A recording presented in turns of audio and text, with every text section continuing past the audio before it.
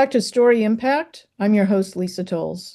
We all know the power of a great narrative, but on this show, we focus on the master visionaries who bring those narratives to life. This series is my way of giving authors a powerful platform, a voice that helps connect their stories and unique vision directly with readers.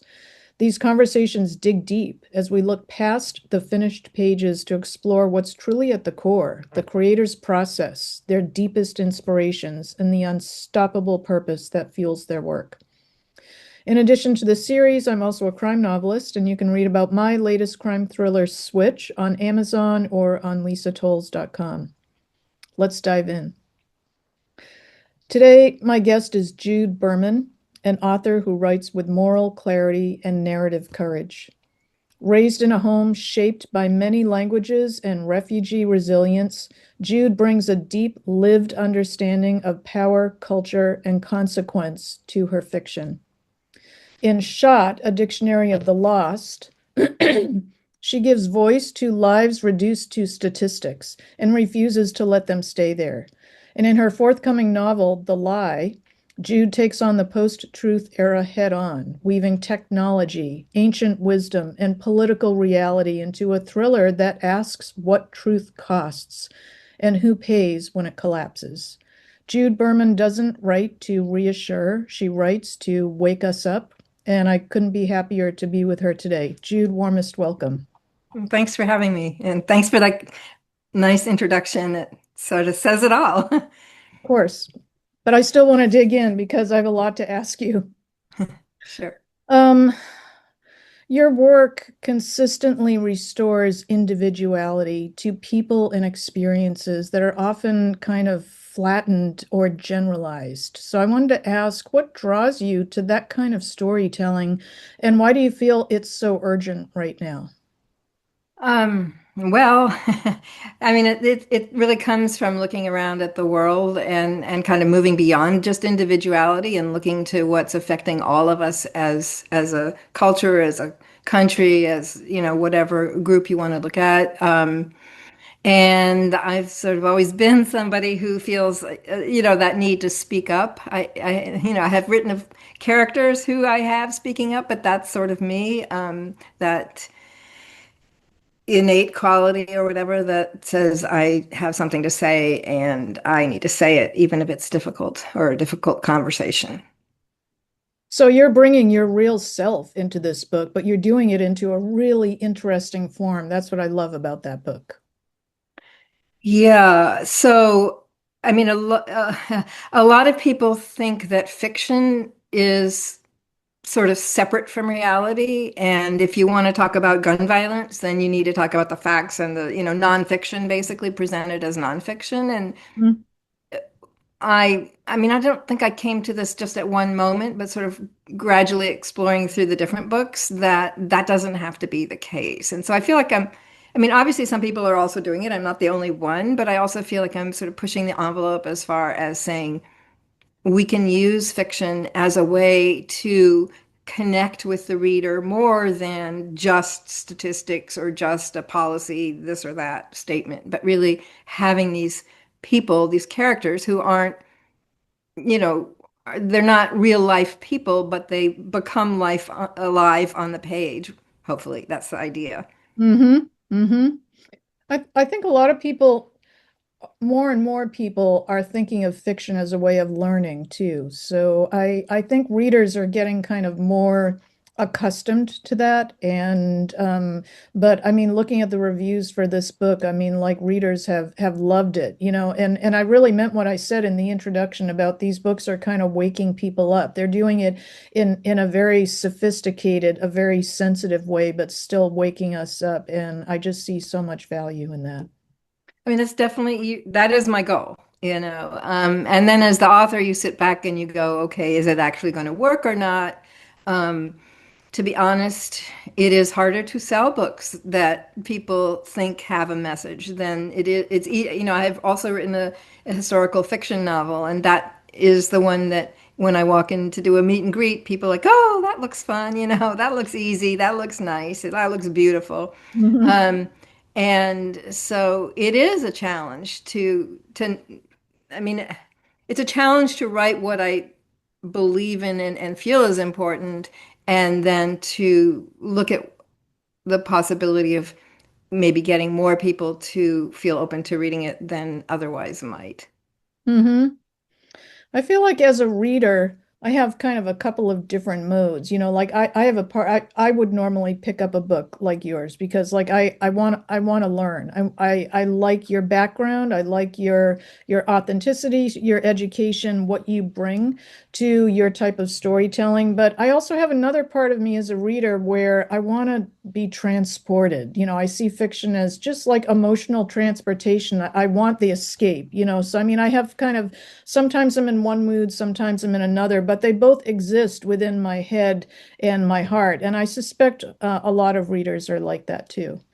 Yeah, and my books do that. I mean, they're not sort of low. Well, they can't. There's that one of the reviews said something like slow paced thriller. It's like a kind of contradiction in terms, but it is in the sense that if it was just a thriller, it would probably be harder to weave in the learning, as you're calling it, or the wisdom or whatever that I'm trying to weave into it. So I'm trying to kind of walk that line and have the excitement and that page turning quality and also have those reflective moments in there.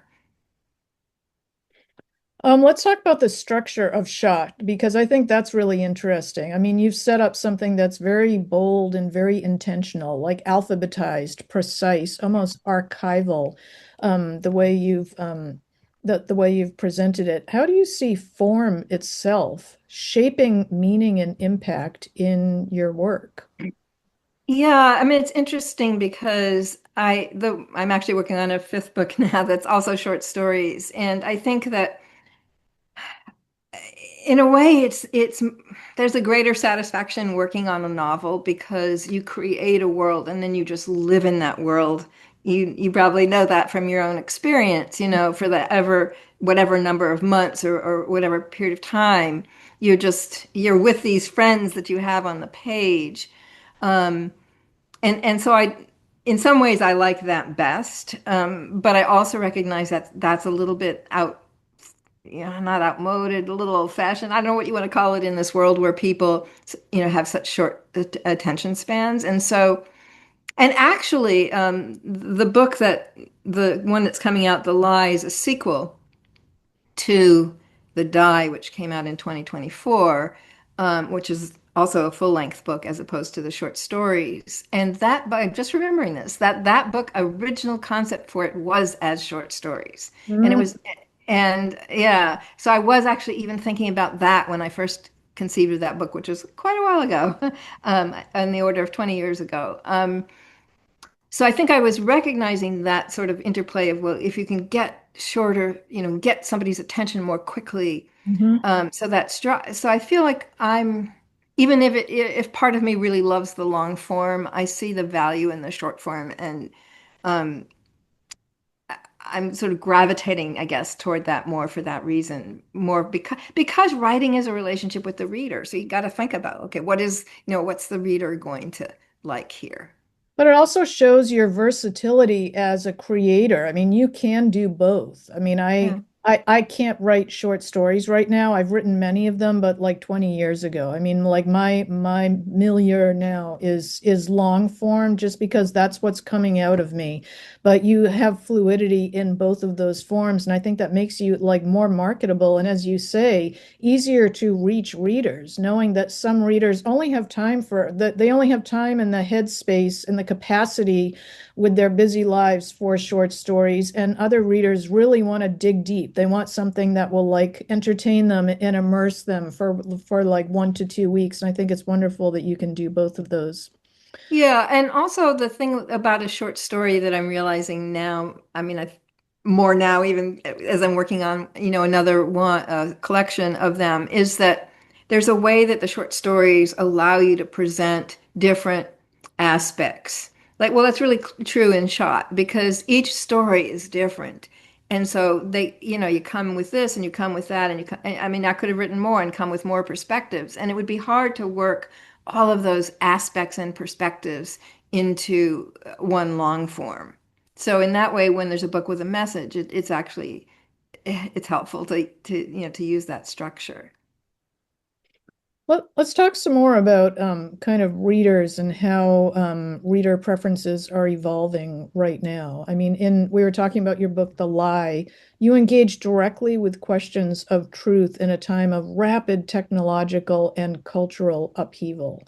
I mean, as a writer, where do you see storytelling having the greatest power right now in 2026 in the world as it is for us today? Yeah, I mean, I think a lot of people, I don't think I'm the only one who feel just this sense of frustration and essentially powerlessness to be able to steer what's happening in a different direction. It just feels like the forces are especially strong now, more so than at any other time in my life, and I've been around for a while at this point. And so I think there's that frustration of how do you meet this moment? And so writing then becomes, a tool that, I mean, it's always a tool, but it becomes a tool for this moment in a way that it maybe wasn't as critical a tool in some other moments when, well, there's plenty of tools and you don't even necessarily need a tool because you don't have to dig so deep or whatever. So, and also the fact that there's so much polarization and so much inability of people, even within families, to talk to each other about what's happening. And so then I'm thinking that, writing and fiction, it's like a side door. If the front door is closed and you're not sure how to get around to the back door or something, there's a like side door where maybe you can kind of slip in a way that can start conversations. Hmm. Very smart. Yeah, the front door is too scary. The back door also too scary. The side door. Yeah, and then some of them are locked, I mean, in effect for people, I think, or they feel they're locked. Yeah. Jude, I want to talk about something else in your background because there's just so much that's fascinating about your background. You also have an art degree and you're a painter. So, I mean, does your writing inspire your art, or is it maybe the other way around? Like, I'm curious how those two pipes, creativity pipes, sort of interplay in your creative Yeah. Well, I process. don't know that there's a short answer to that one. Shut me up if I'm saying too much. But for me, it's been more like either parallel or sequential, at times sequential, and now maybe more parallel paths, because I was an art student, but I was not writing at when I was doing the art in the early part of my life. And I did try at different times, not immediately, but at, certain decades of my life to write, and I wasn't good at it. I was earning my living as a professional editor, but as far as writing my own stories and fiction, they were more, crumple up and throw away quality to them. And so I was really looking for a long time at art as that way of self-expression and not thinking that I could do that with fiction. Mm. And somewhere along the line there, I think, I actually wrote a Substack about this that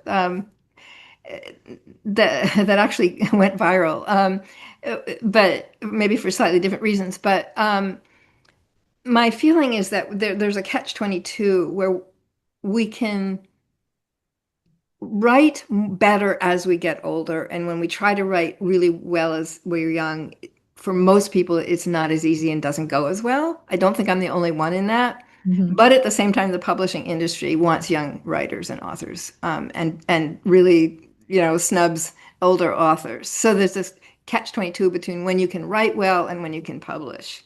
And so I sort of fell into that crack where I started writing at a point where I was a little bit old to be the young new author, way too old to be the young new author that publishers wanted.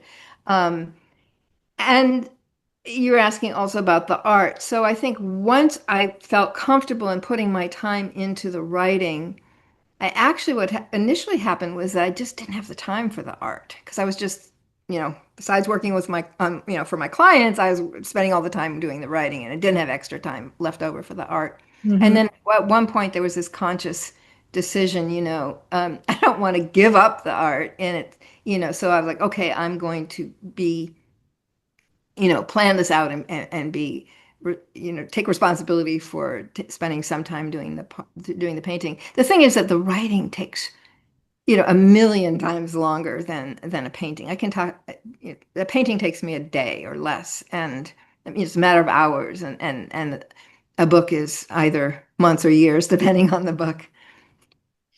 So now it's sort of they're separate but very different paths, but they don't necessarily inform each other.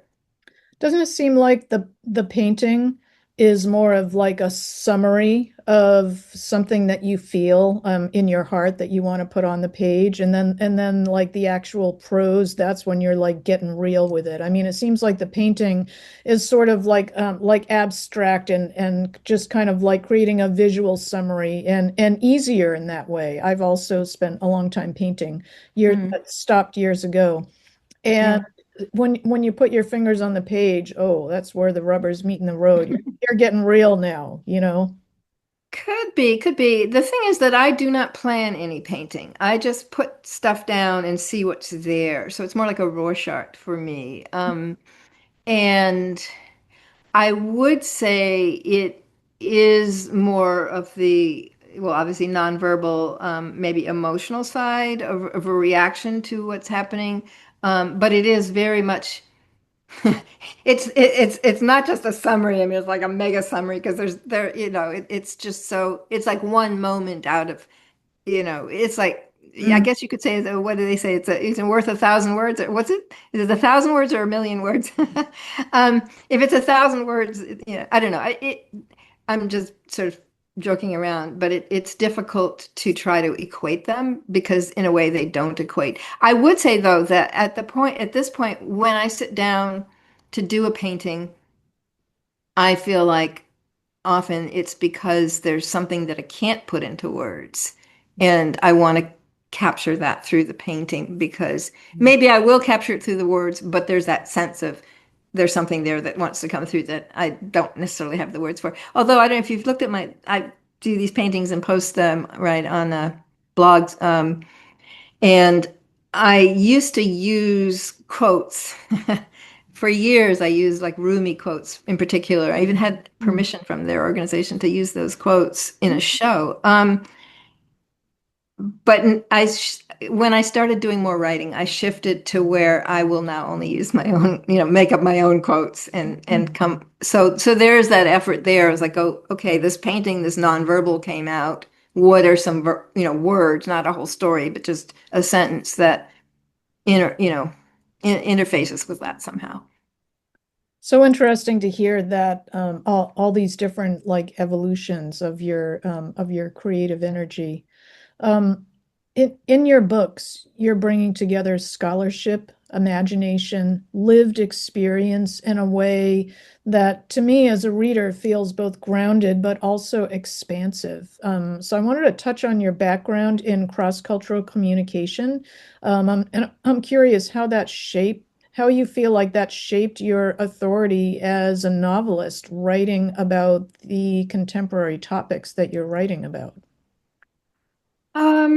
That's a good question. I mean, I don't know that the academics, because I did spend, this whatever number of years, decades, a while, in academia, and well, after academia, it was sort of the academia related, research environment. And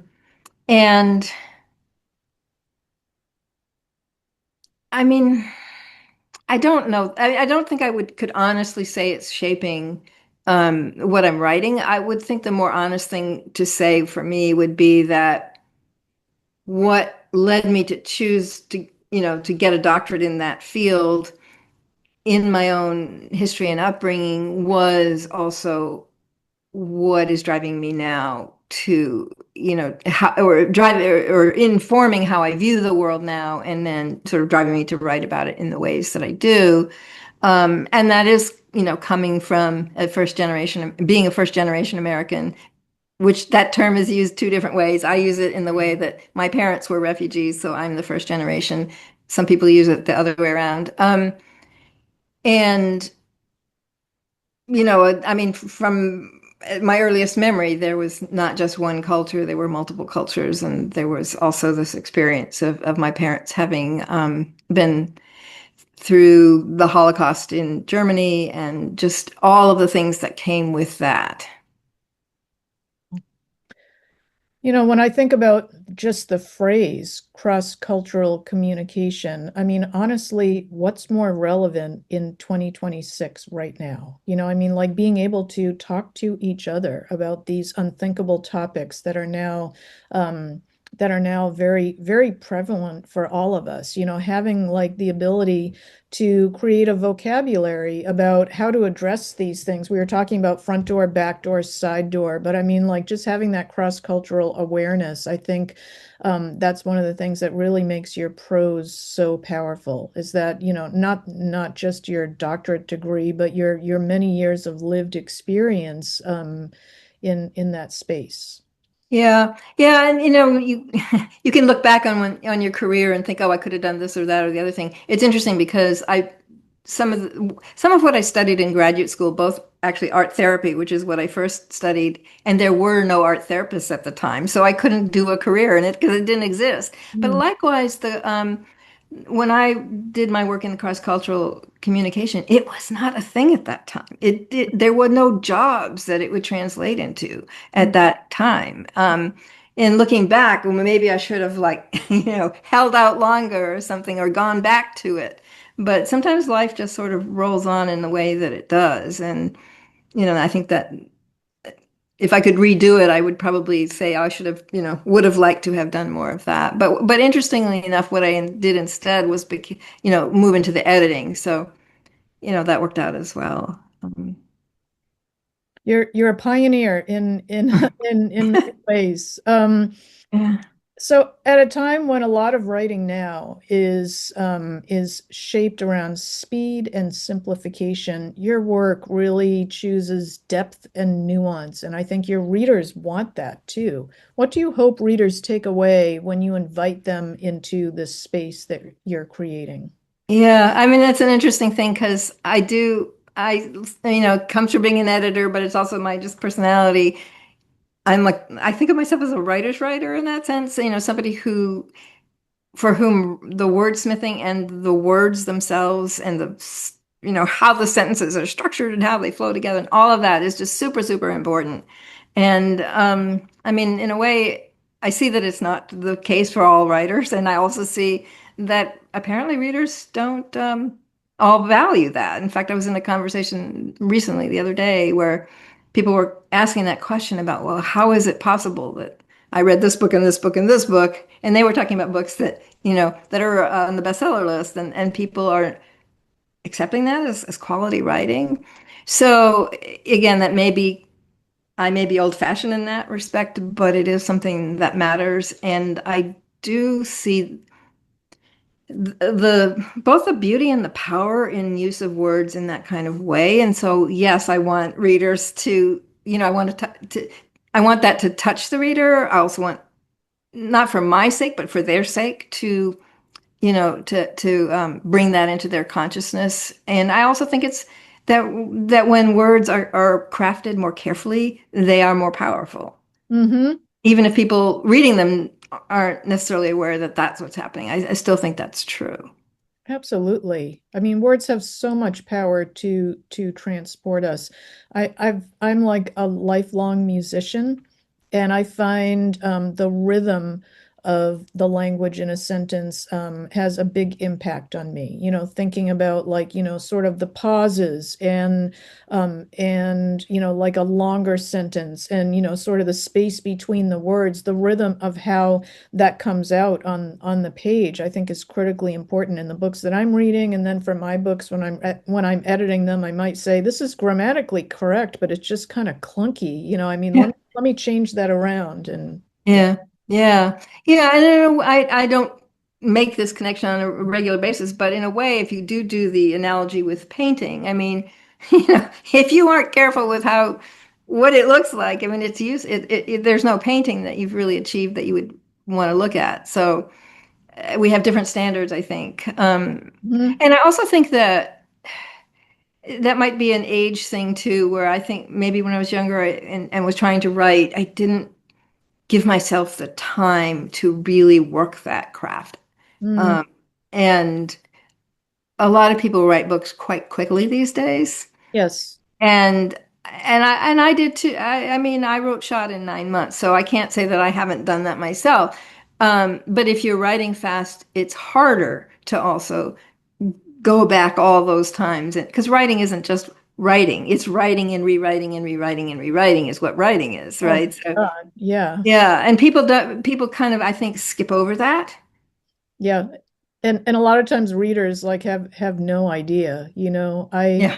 I think so I have a book that's coming out later this year, and I'm at the end of this hardcore editing process where I'm fixing everything that's broken, filling in all the holes, and looking at like what I still need to add.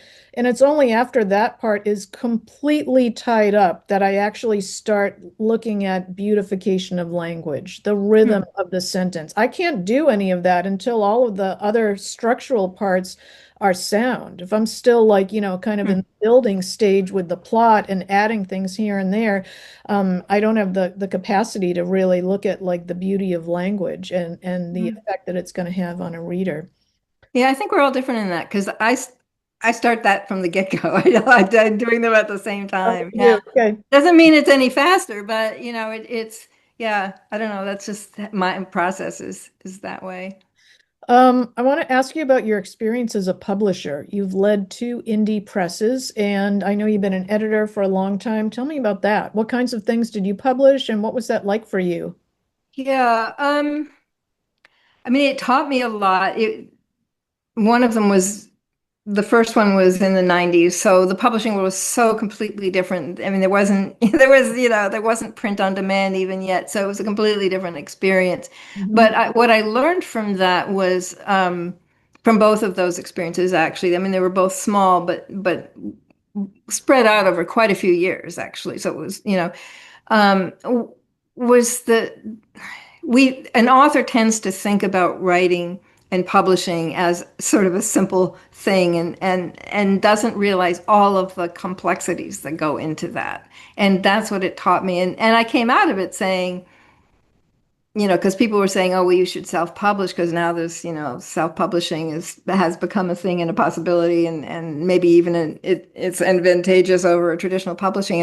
And that because of those indie presses, I was thinking, yeah, no, no, no, no, no, because I know all of the other things. It's not just, upload the file and you're done with it. That's not self-publishing. You have to do everything else that we had to do as a publisher Hmm. because an indie publisher and self-publishing are essentially, the same thing. There's nothing you can skip. And so I haven't self-published for that reason because was having that in-depth knowledge of what it would involve. But I've ended up choosing to publish all of the books actually with a hybrid publisher. She writes press. And to me, that has been the best of both worlds in the sense that all of those things that I said, no, no, no, no, I don't want to take that on for myself. Hmm. Well, either the publisher is doing it or you're working in a community and getting advice, and it's not you on your own, Yeah.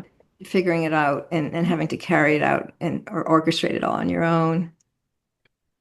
Jude, what's coming next for you? When does your next book come out, and where can people find your work and follow what you're doing? Yeah, so I have a website. I don't know if how you'll put that up. I will add that. Yeah, I have a website, and also the books are all available through my publisher's distributor, which is Simon and Schuster. So anybody can go on to Simon and Schuster's site, which actually is also linked on my website. But if you wanted to go directly there, and then Simon and Schuster's site, send you to bookshop.com or Amazon or wherever you basically buy your book. And two of them are audio. Oh, excellent. As well. Yeah, The Vow, which we haven't talked about, that's a historical fiction. That's available in audio as well as, paper and ebook.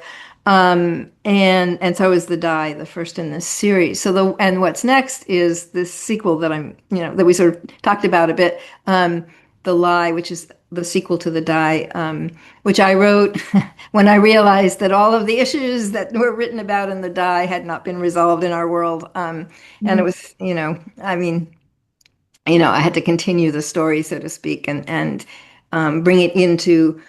Um, I mean, we were in the post truth world before, but we have. I mean, if we were in it up to our whatever before, we're now up to it, to our eyeballs or something. So, Oh, yeah. um, so that is what spurred me to write that, to keep going. So it's the same characters. I had the pleasure of being with these characters that I really like spending time with, and When, taking them on their next adventure. and when does that come out? That comes out in August. Okay, Yeah. Yeah. excellent. It's a world in which California is its own independent country, which is also true in the first book. And Mhm. it's interesting because I thought, oh, well, that's a weird, when I first conceived of that, it was a little out there. And now I just saw somebody with a sort of best-selling book has written, something with the same thing. And I'm like, hey, wait a minute. You Mhm. know, I've been writing this for 10 years. Not that I feel that that needs to happen, but Mhm. it's like you could say a metaphor Yeah, for what's happening. yeah. All right. Well, thank you so much for joining Yeah, me, Jude, and thank you, listeners. You can go to judeberman.com and I will add that to the notes to this. And thank you so much for listening. And Jude, lovely to hear from you today, and we will see you next time. thank you.